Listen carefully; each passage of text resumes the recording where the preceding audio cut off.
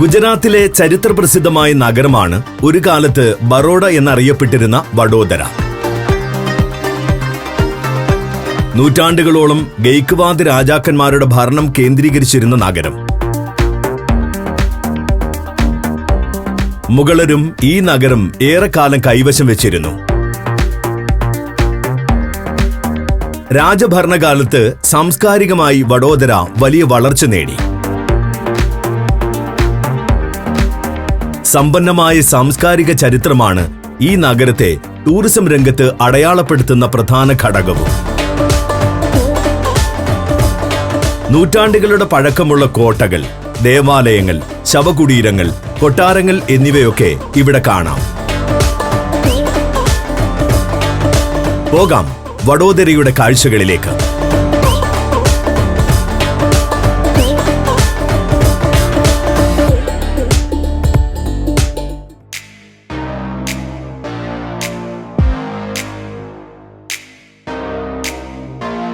ഈ സിറ്റി ടൂറിൽ നാം എത്തുന്നത് വഡോദര നഗരത്തിലെ പ്രധാനപ്പെട്ട 10 ഡെസ്റ്റിനേഷനുകളിലേക്കാണ്. ആദ്യം ലക്ഷ്മി വിലാസ് പാലസ്, തുടർന്ന് Khanderao market and Tibetan refugee market, അടുത്തതായി സുർസാഗർ ലേക്ക്, പിന്നെ MG റോഡ്. അവിടെ നിന്നും Kirti Mandir and EME temple,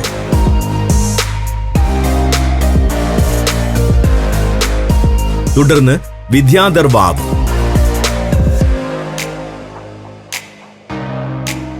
അടുത്തതായി മീർ നവാബ് ഷാ സയ്യിദ് കുത്തുബുദ്ദീൻ ടോംബ്, പിന്നെ ദബോയ് ഫുഡ് സ്ട്രീറ്റ്.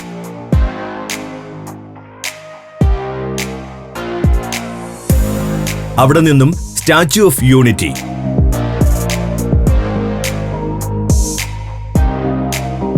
അവസാനമായി ചമ്പാനീർ പാവഗഡ് ആർക്കിയോളജിക്കൽ പാർക്ക്.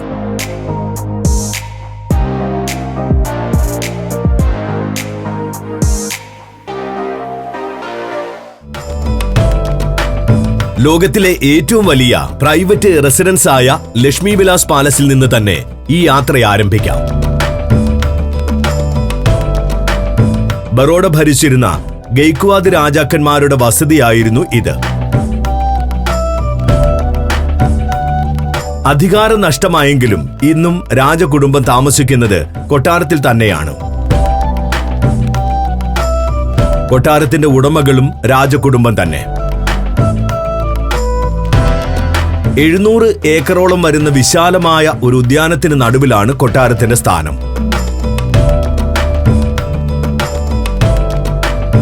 ഗോൾഫ് കോഴ്സും പൂന്തോട്ടങ്ങളും മരക്കൂട്ടവുമെല്ലാം ഇവിടെ ആകർഷകമായ കാഴ്ചയാകുന്നുണ്ട്. രാജകുടുംബം താമസിക്കുന്നതിനാൽ കൊട്ടാരത്തിൽ സന്ദർശകർക്ക് നിയന്ത്രണങ്ങളുണ്ട്. മുൻവശത്തുകൂടി പ്രവേശനമില്ലെന്നതാണ് അതിലൊന്ന്. പിന്നിലൂടെ വന്ന് ടിക്കറ്റ് എടുത്ത് വേണം ഉള്ളിൽ കടക്കാൻ. കൊട്ടാരത്തിലെ ഏറ്റവും ഗംഭീരമായ ഭാഗം മുഖപ്പാണ്.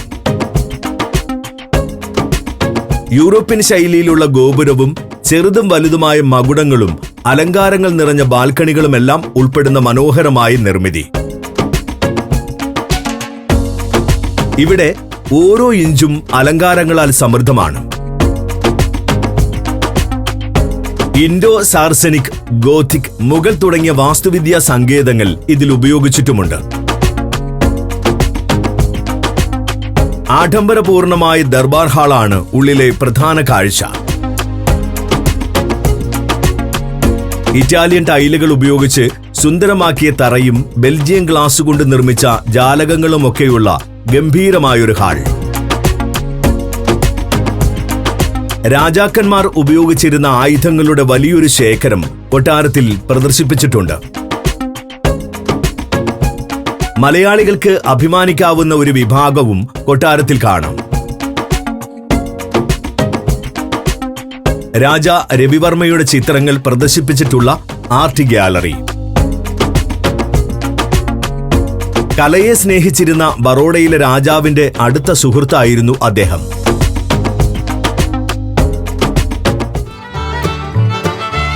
ഇനി നമുക്ക് 2 മാർക്കറ്റുകൾ സന്ദർശിക്കാം. ആദ്യത്തേത് ഖണ്ഡേറാവു മാർക്കറ്റ്. ഒരു ചരിത്ര മന്ദിരം കൂടിയാണ് ഖണ്ഡേറാവു മാർക്കറ്റ്. 20-ാം നൂറ്റാണ്ടിന്റെ തുടക്കത്തിൽ സയാജി റാവു രാജാവ് തന്റെ ഭരണത്തിന്റെ 25-ാം വാർഷികം ആഘോഷിക്കുന്നതിന്റെ ഭാഗമായി നഗരസഭയ്ക്ക് നിർമ്മിച്ചു നൽകിയ മന്ദിരം. ഇൻഡോ സാർസനിക് ആർക്കിടെക്ചറാണ് ഇതിൽ ഉപയോഗിച്ചിട്ടുള്ളത്. മധ്യത്തിലെ കമാനത്തിൽ ഉയർന്നു നിൽക്കുന്ന ഗോപുരങ്ങൾ ഹിന്ദു വാസ്തുവിദ്യാ ശൈലിയിലുള്ളവയാണ്.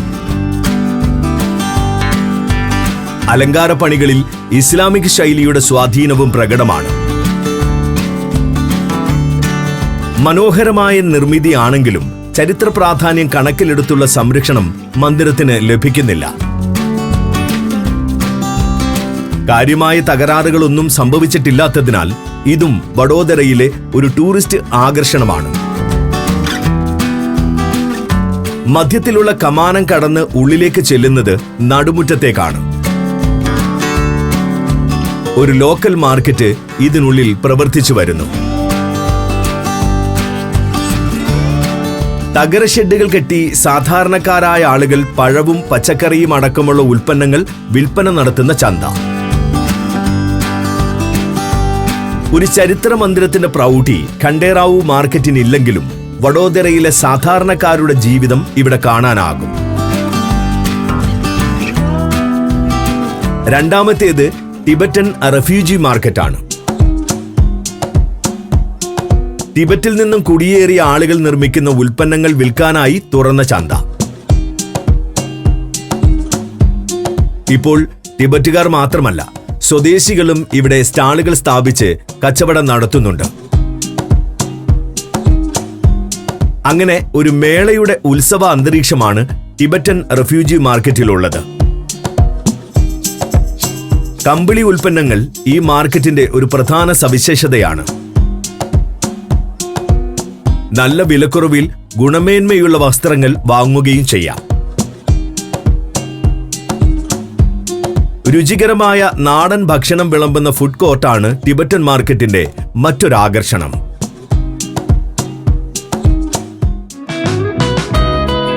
ഇനി കാണേണ്ടത് സുർസാഗർ ലേക്കാണ്. നഗരത്തിന്റെ ഒത്ത മധ്യത്തിലായുള്ള ജലാശയം. മധ്യത്തിൽ സ്ഥാപിച്ചിട്ടുള്ള ശിവപ്രതിമയാണ് തടാകത്തിന്റെ പ്രധാന ആകർഷണം. 11 നില കെട്ടിടത്തിന്റെ ഉയരമുണ്ട് പ്രതിമയ്ക്ക്. അതിൽ 17.5 കിലോ സ്വർണം പുറത്തു പൂശിയിട്ടുമുണ്ട്. അതുകൊണ്ട് തന്നെ ഇവിടെ എത്തുന്നവർക്ക് കാഴ്ച അനുഭവത്തിനപ്പുറം അത്ഭുതം കൂടിയാണ് ഈ പ്രതിമ.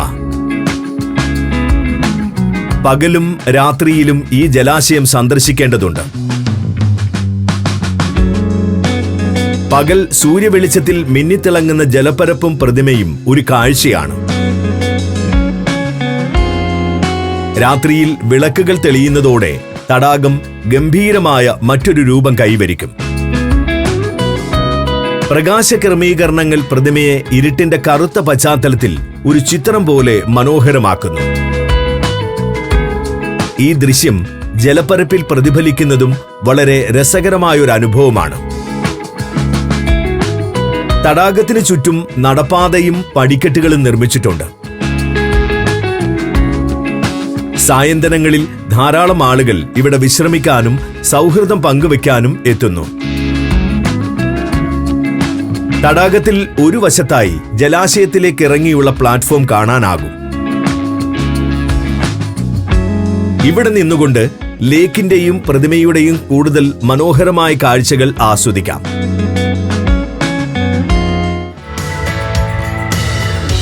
ഇനി നമുക്ക് നഗരത്തിലെ പ്രധാന തെരുവായ MG റോഡിലേക്ക് പോകാം. വഡോദരയിലെ തിരക്കേറിയ മാർക്കറ്റ് കൂടിയാണിത്. പഴമയുടെ അടയാളം പ്രകടമാകുന്ന ഒട്ടേറെ കെട്ടിടങ്ങൾ റോഡിന്റെ ഇരുവശത്തും സ്ഥിതി ചെയ്യുന്നുണ്ട്. തിരക്കാണ് ഇവിടെ നമ്മെ അല്പം അലോരസപ്പെടുത്തുന്ന ഒരു ഘടകം. കാൽനടയാത്രക്കാരും വാഹനങ്ങളും MG റോഡിലൂടെ എപ്പോഴും നിറഞ്ഞൊഴുകുകയാണ്. വഴിയോരത്ത് നിറയെ ഉന്തുവണ്ടിയിലും മറ്റും കച്ചവടം ചെയ്യുന്നവരുണ്ട്.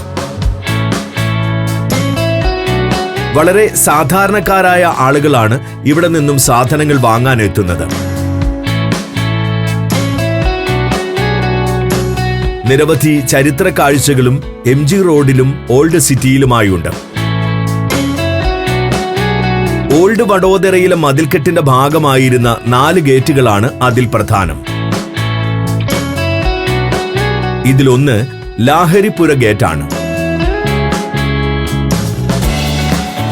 ലാഹരി എന്ന വാക്കിനർത്ഥം സ്വർണ്ണപ്പണിക്കാർ എന്നാണ്. ഒരു കാലത്ത് സ്വർണ്ണപ്പണിക്കാർ കേന്ദ്രീകരിച്ചിരുന്ന പ്രദേശമായിരുന്നു ഇവിടം. അങ്ങനെയാണ് ലാഹരി എന്ന പേര് ലഭിച്ചത്. 16-ാം നൂറ്റാണ്ടിൽ നിർമ്മിച്ച മാൻഡവി ഗേറ്റാണ് മറ്റൊരു കവാടം. ഇതിനു ചുറ്റും ഒരു ലോക്കൽ ഫാൻസി മാർക്കറ്റും പ്രവർത്തിക്കുന്നുണ്ട്. ഓൾഡ് ടൗണിന്റെ തെക്ക് ഭാഗത്തായി 3-ാം ഗേറ്റായ ചമ്പാനീർ ദർവാസയും സ്ഥിതി ചെയ്യുന്നു. മധ്യപ്രദേശ്, ആൻഡമാൻ, ലക്നൗ, ബറോഡ, നാഷിക്, ഡൽഹി, ആഗ്ര, ഗോളിയോർ. സഞ്ചാരം പെൻഡ്രൈവ് വോള്യം നമ്പർ 22.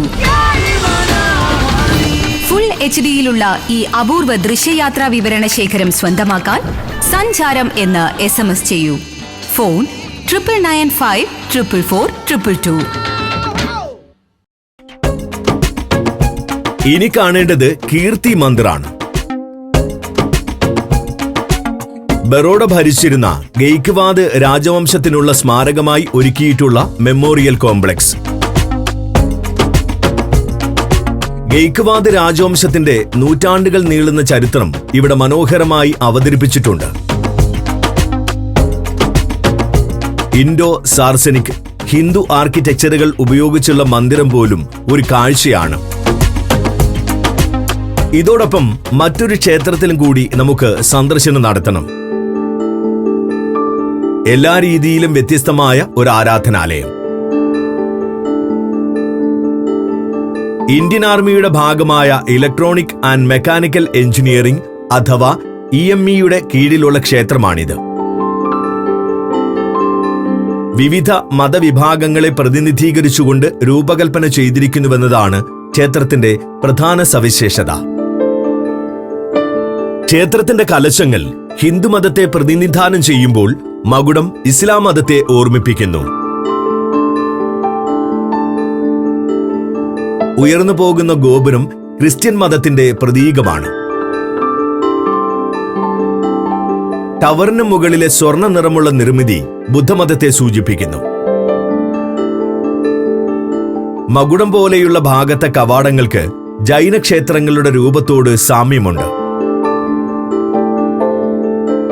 AD 600 മുതൽ 1600 വരെയുള്ള കാലത്ത് നിർമ്മിച്ച ദേവതാ ശില്പങ്ങളുടെ ആർക്കിയോളജിക്കൽ പ്രദർശനവും ഇതോടൊപ്പമുണ്ട്.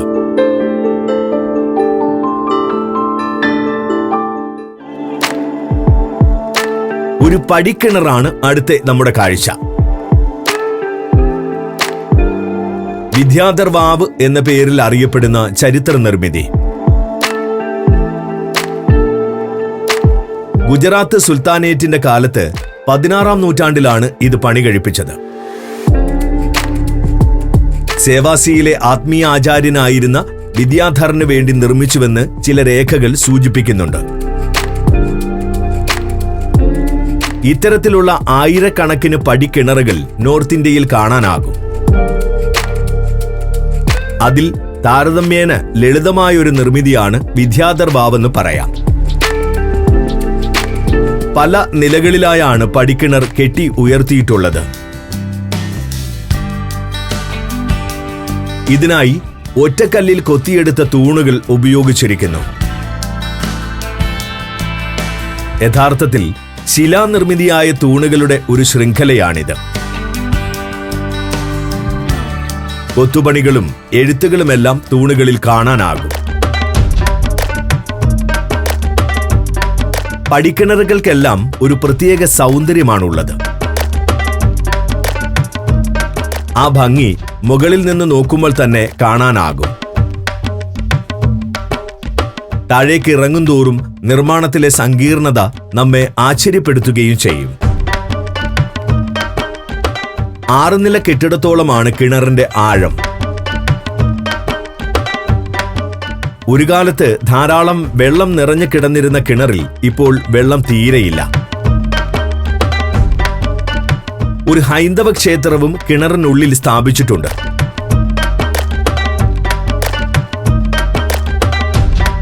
ഗുജറാത്ത് സാംസ്കാരിക പാരമ്പര്യത്തിന്റെ ഒരു മികച്ച പ്രതിഫലനം തന്നെയാണ് വിദ്യാദർബാവ്.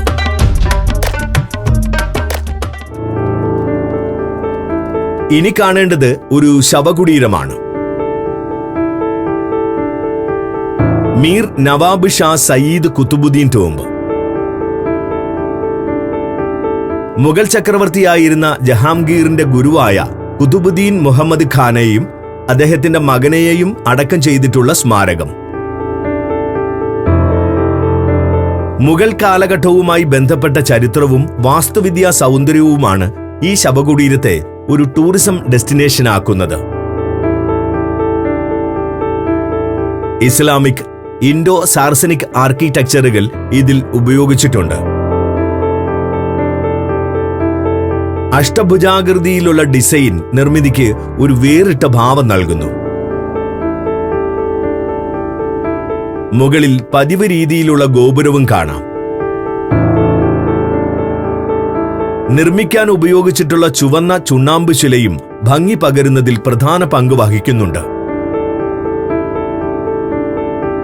മന്ദിരത്തിന്റെ ഉൾഭാഗത്ത് ഇസ്ലാമിക് രീതിയിലുള്ള അലങ്കാരങ്ങളും കൊത്തുപണികളുമാണുള്ളത്. ഇതിനു പുറമെ മുഗൾ ശൈലിയിലുള്ള മനോഹരമായ ഉദ്യാനവും കൂടി ഉൾപ്പെടുന്നതാണ് സ്മാരകം.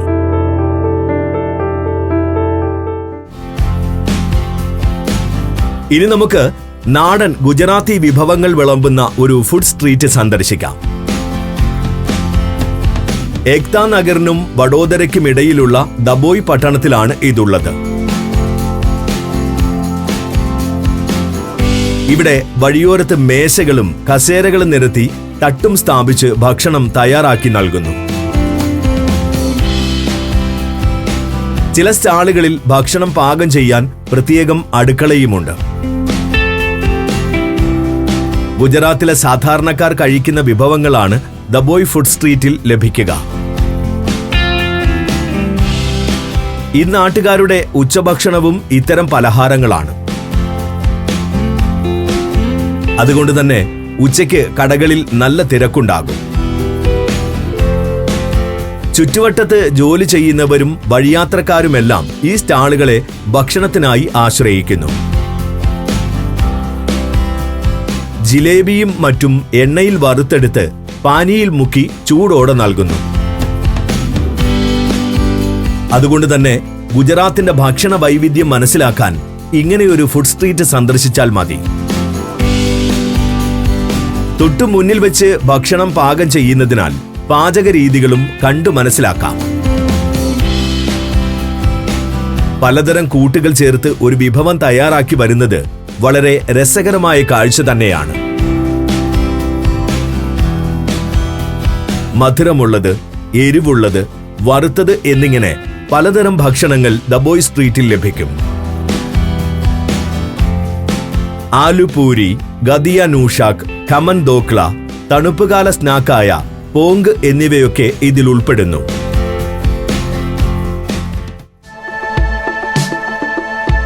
വഡോദരയിൽ നിന്നും പോയി കാണാവുന്ന ഏറ്റവും പ്രധാനപ്പെട്ട കാഴ്ച സർദാർ വല്ലഭായ് പട്ടേലിന്റെ പ്രതിമയാണ്.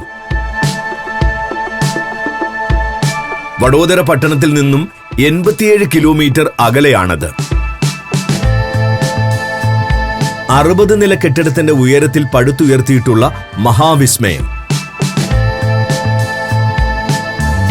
ഏക്താ നഗർ എന്ന് പേരിട്ടിട്ടുള്ള പ്രദേശത്ത് നർമ്മദ നദിയിലെ ഒരു പാറക്കെട്ടിൽ നർമ്മദ സരോവർ ഡാമിനടുത്തായാണ് ഈ പടുകൂറ്റൻ പ്രതിമ നിലകൊള്ളുന്നത്.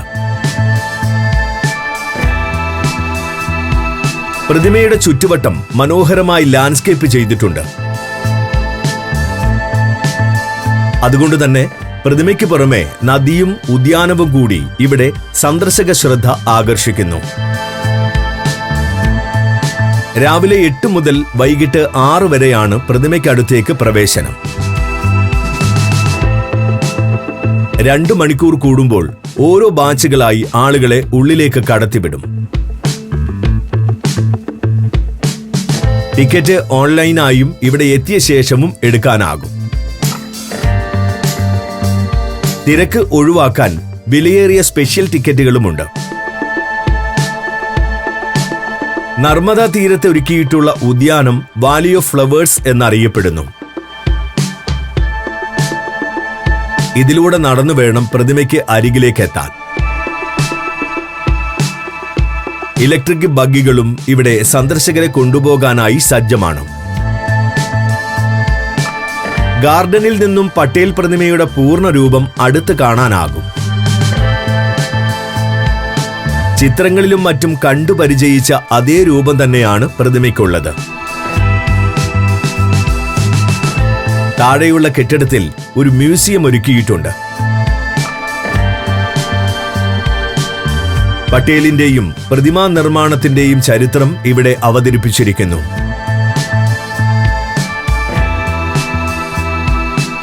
പ്രതിമയുടെ ഏതാണ്ട് ഹൃദയഭാഗത്തായുള്ള വ്യൂവിംഗ് ഗാലറിയാണ് ഇവിടുത്തെ പ്രധാന ടൂറിസ്റ്റ് ആകർഷണം. നർമ്മദ നദിയുടെയും ചുറ്റുമുള്ള മലനിരകളുടെയും ഗംഭീര കാഴ്ച ഇവിടെ നിന്നും സാധ്യമാകും. ഏക്താ നഗറിൽ രാത്രിയിൽ സന്ദർശനം നടത്തുന്നതാണ് നല്ലത്. ലൈറ്റ് ക്രമീകരണങ്ങളിലൂടെ ഒരു മായാലോകം തന്നെ ഇവിടെ സൃഷ്ടിച്ചിട്ടുണ്ട്. കൂടാതെ ഗംഭീരമായൊരു ലേസർ ഷോയും രാത്രിയിൽ നടത്തിവരുന്നു.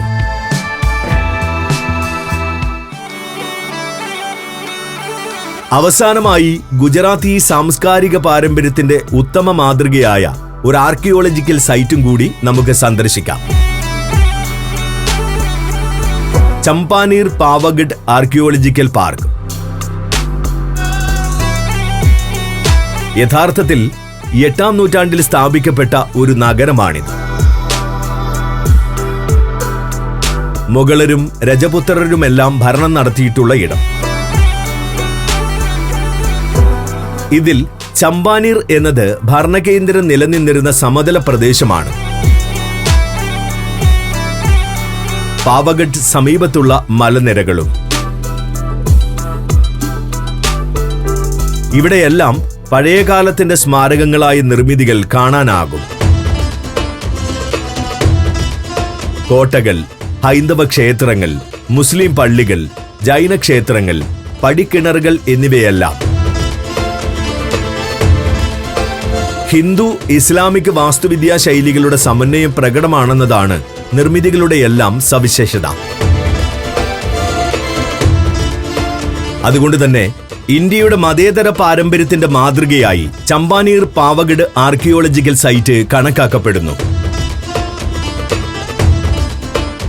സ്മാരക നിർമ്മിതികൾ പലതും ഇന്ന് കാര്യമായ തകരാറുകളില്ലാതെ നിലകൊള്ളുന്നുണ്ട്. ചമ്പാനീർ പാവഗഡ് യുനെസ്കോ അംഗീകരിച്ചിട്ടുള്ള ഹെറിറ്റേജ് സൈറ്റ് കൂടിയാണ്.